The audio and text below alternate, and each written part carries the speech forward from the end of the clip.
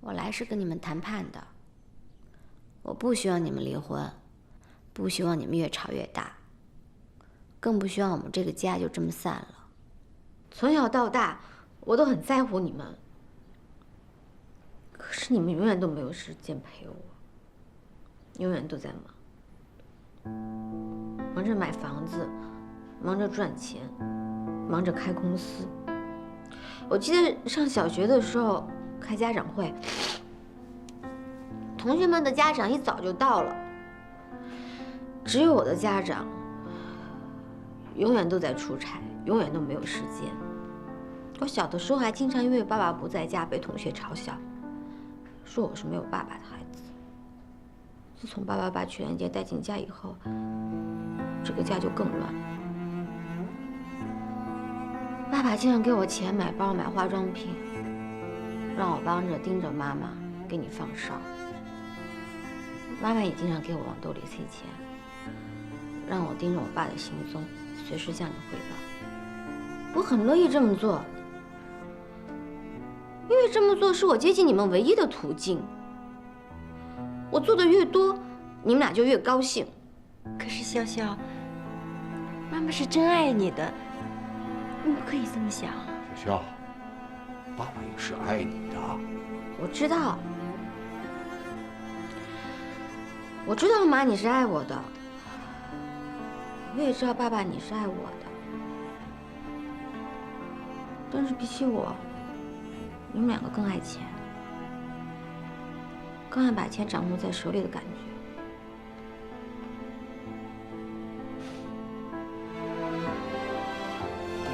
这个是我公司的公章，这也是妈妈上次给我所有的房产证，还有公司这2年的利润，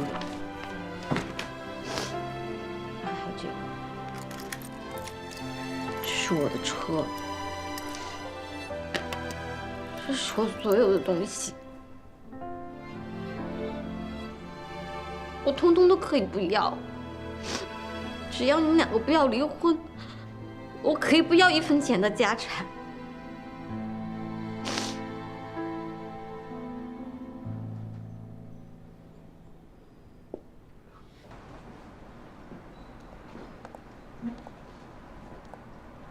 要知道，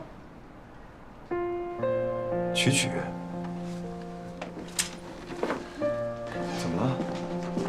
出什么事了？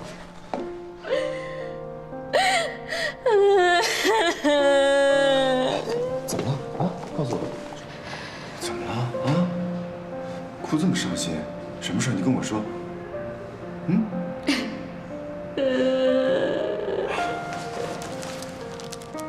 什么事？你跟我说啊，有我在。我把什么东西都还回去，可是我爸爸妈妈还是要离婚，他们真的不管我了。他们真的丢下我不管我了。不会的啊！就算他们离婚了，他们也是你爸妈，不会不管你的啊。你不知道，我爸根本就没有他说的那么爱我。他跟我说，奶奶重男轻女，重视曲连杰。其实这个跟我奶奶根本就没有关系。我明白，如果不是你爸自己也这么想，他不会这么对你。我爸他还得了便宜卖乖，他一面想着照顾他的前妻，照顾我奶奶，一面又想让我妈帮忙打理公司。我妈她多傻呀！我妈就这样同意了，就这样被骗了几10年。老张，曲连杰一输就是几千万上亿，曲家砸锅卖铁的替他还钱。可我呢？我挣点钱我就这么的不容易。我为了跑生意，我几10个小时连轴转，我4天飞了3个国家。可是我爸他根本就不在意，他都没有想过我得多累呀，我得多努力，我才能变成现在这个样子。所以啊，还有什么好郁闷的？这样的人何必让他勉强跟你妈在一起？与其勉强维持所谓的家，还不如让他们俩分开，对谁都好，是不是？我明白，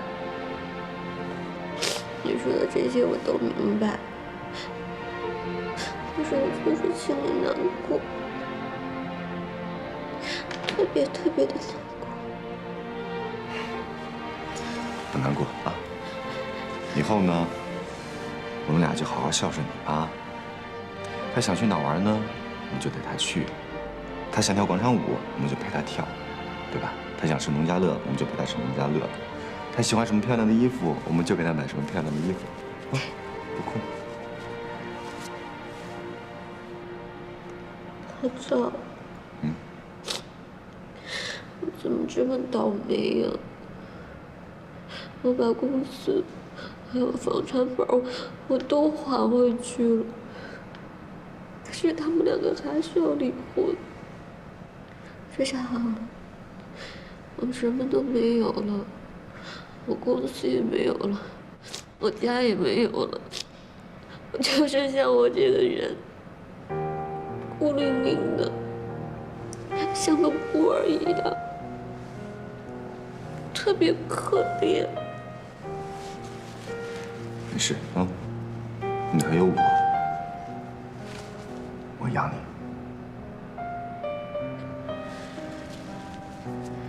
不会吧？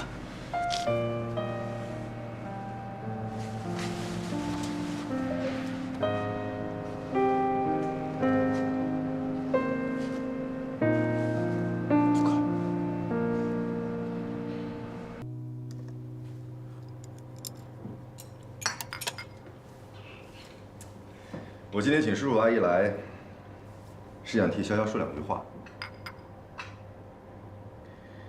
我知道自己是个外人，没资格掺和你们家的家事，可我还是这么干，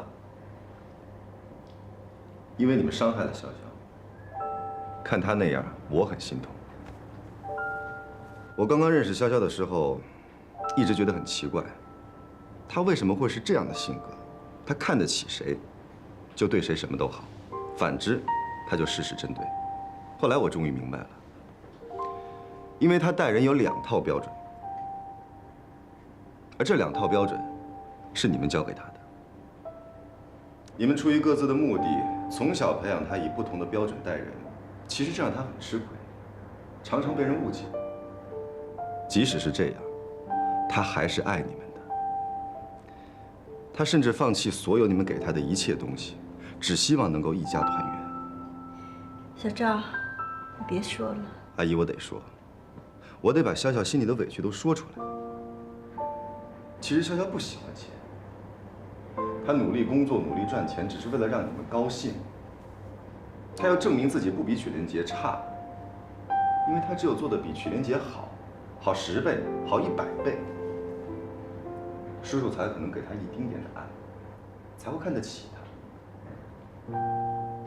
可是凭什么？就凭曲连杰是个男的？您不是没有把家产给过他，得到了什么结果？1个亿，丢了整整1个亿啊！你为了帮儿子填补这个黑洞，甚至不惜用1辈子的心血去冒险。你这样做的时候，想过潇潇的感受吗？想过阿姨的感受吗？还有阿姨。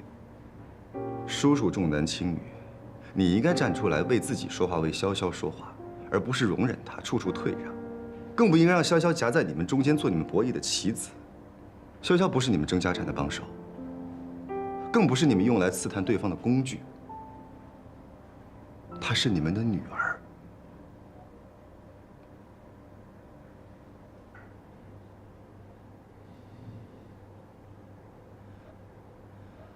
你们要离婚，我们也没办法。以后你们怎么对待潇潇，我也没法干涉。但是有一点，你们不要他，我要；你们不养他，我养。哪怕粗茶淡饭一点，但我会让他活得很简单，活得很快乐，活得神采飞扬，像他原本应该的样子。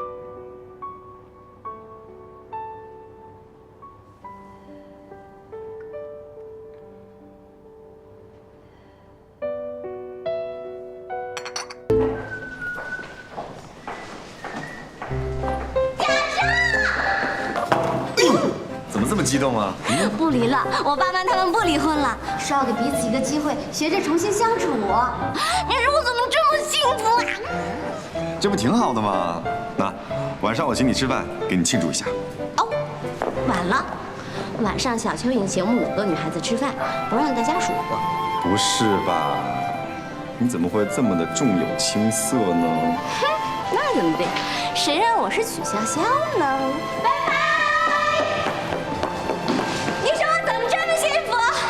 张雪萍，我爱你。小点声，当心脚别崴了。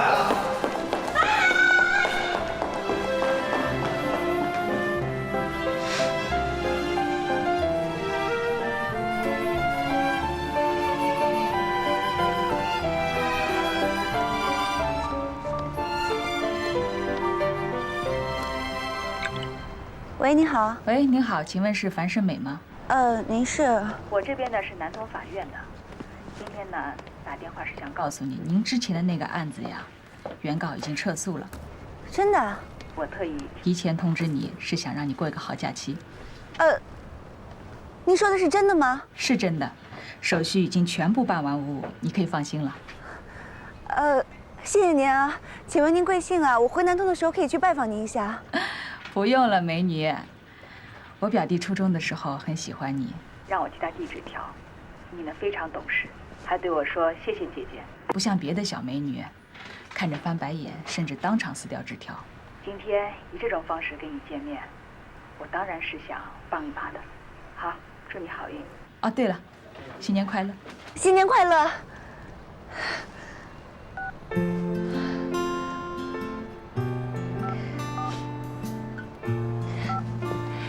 姐妹们，我哥撤诉了，法院刚刚通知我的，祝贺我吧！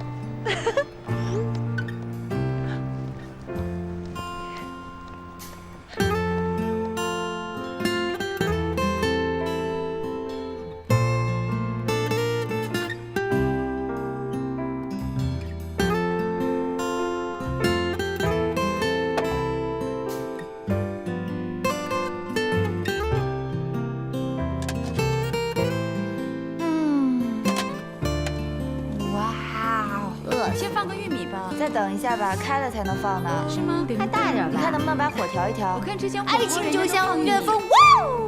当当当！哇，什么呀？这才是。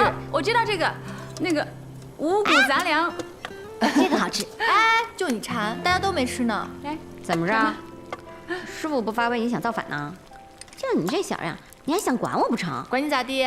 你也不看看现在谁的底盘？听过那首歌没有啊？在我地盘嘚儿，你就得听我嘚儿；在我地盘嘚儿，你就得听我嘚儿。我看你是挺嘚儿的。你才嘚儿呢！你的，你的，来，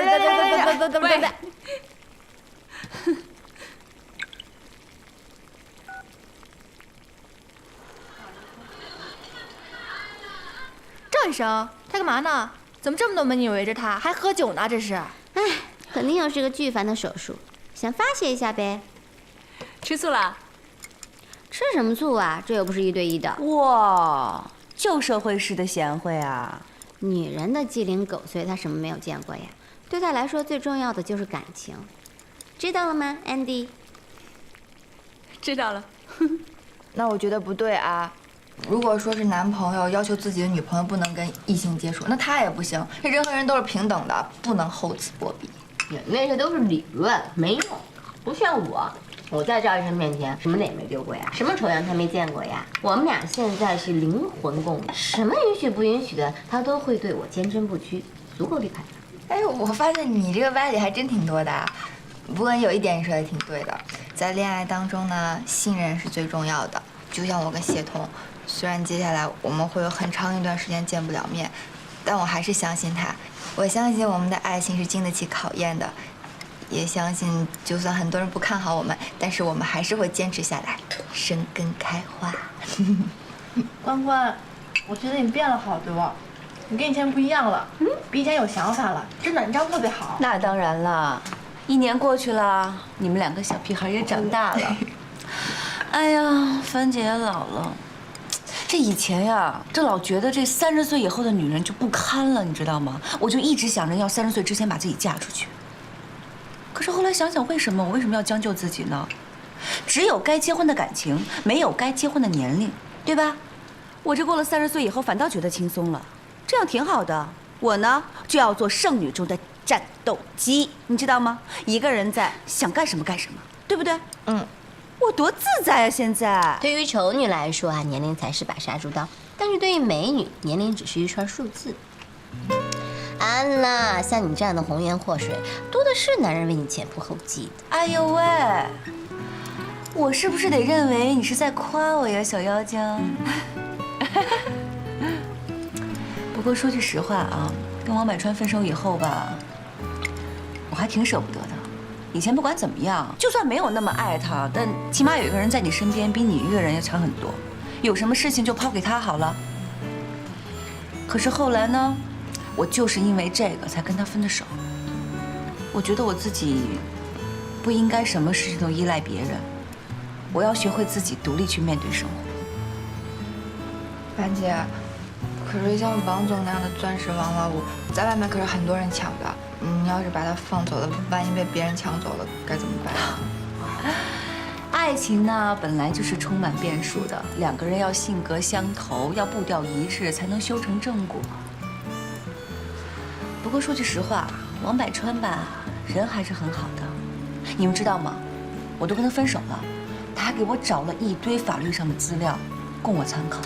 两个人在一起的时候呢，看感情；两个人分开就要看人品了。王百川人品是真心好，那也是因为你长得漂亮，你长得美呀。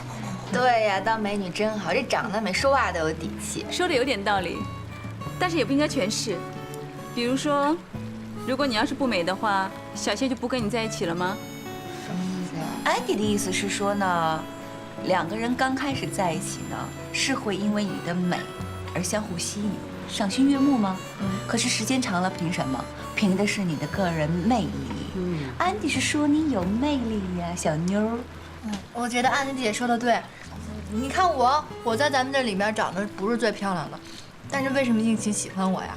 还有你的小谢童那么喜欢你，说明咱们俩还是有魅力的哦。比心比心比心比心，我爱你哦，比心。其实真的，我觉得女孩子真的不用太在乎是不是有多美，应该自信一点，性格魅力比较重要嘛。不过说实话，最应该批评的是你，安迪。你谈个恋爱谈得太理智了。热恋的时候谁想这么多呀，对吧？那个时候看所有男的都是天下最帅的，看所有女人也是天下最美的。等长了眼了，不是离婚了就是分手了，天下太平。我真的不太在乎帅不帅、美不美，我比较在乎能够心灵交流。来，我建议为了咱们的爱情，干一杯！干杯！干杯！干杯！干杯！干杯！干杯！现在你最幸福了。哎，对了，我有一个好消息要告诉大家。我樊胜美有存款了。你知道我终于有存款了，虽然不多，但是我知道那属于我的。从今往后，我不会再拿这些钱去填家里那个大窟窿。我要为自己而活，我不能总为别人活，对吧？我要为自己做主。就是因为遇到你们，你们教会我成长。你们知道我家里什么情况，不嫌弃我，还天天跟我在一起，对我那么好，还为我做了那么多事情，帮了那么多忙，我真的不知道该怎么感谢你。谢谢你们，谢谢你们，让我有了一个新的开始。全在酒里。既然樊姐有了新的开始，那我也一样。从今往后，我曲筱绡不靠家里，靠我自己。我说到做到。好样的，师傅，为你鼓掌。你不干掉吗？真好！哇塞，你刚没喝完。那我也干一杯。今年呢，是我这辈子谈的第一次恋爱。虽然我不知道我能不能一直跟谢童在一起，我也不知道我们两个能不能有个 happy ending， 但至少我现在敢遵从我自己内心活了。谢谢你们，能让我勇敢地踏出这一步。谢谢。哎，你可别喝完啊，少喝点。该我了，该我了。我是22楼里面第一个要结婚的人。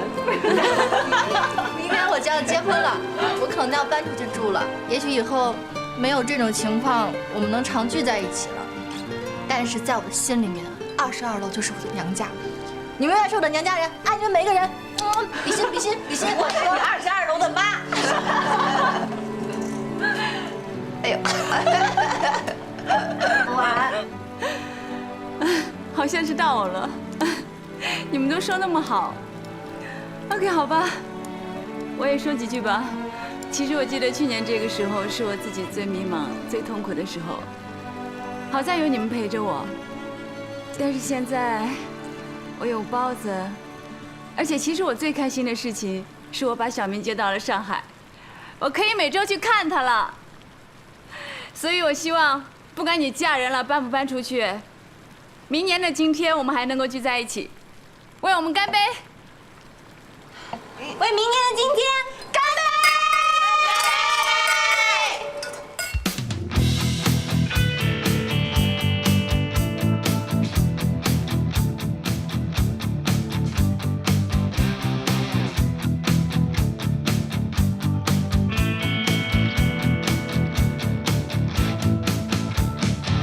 自己导航才能活得更漂亮，怎么去活掌纹在你的手上。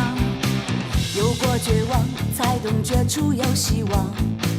野草生长，生命力却最顽强。温柔倔强也会散。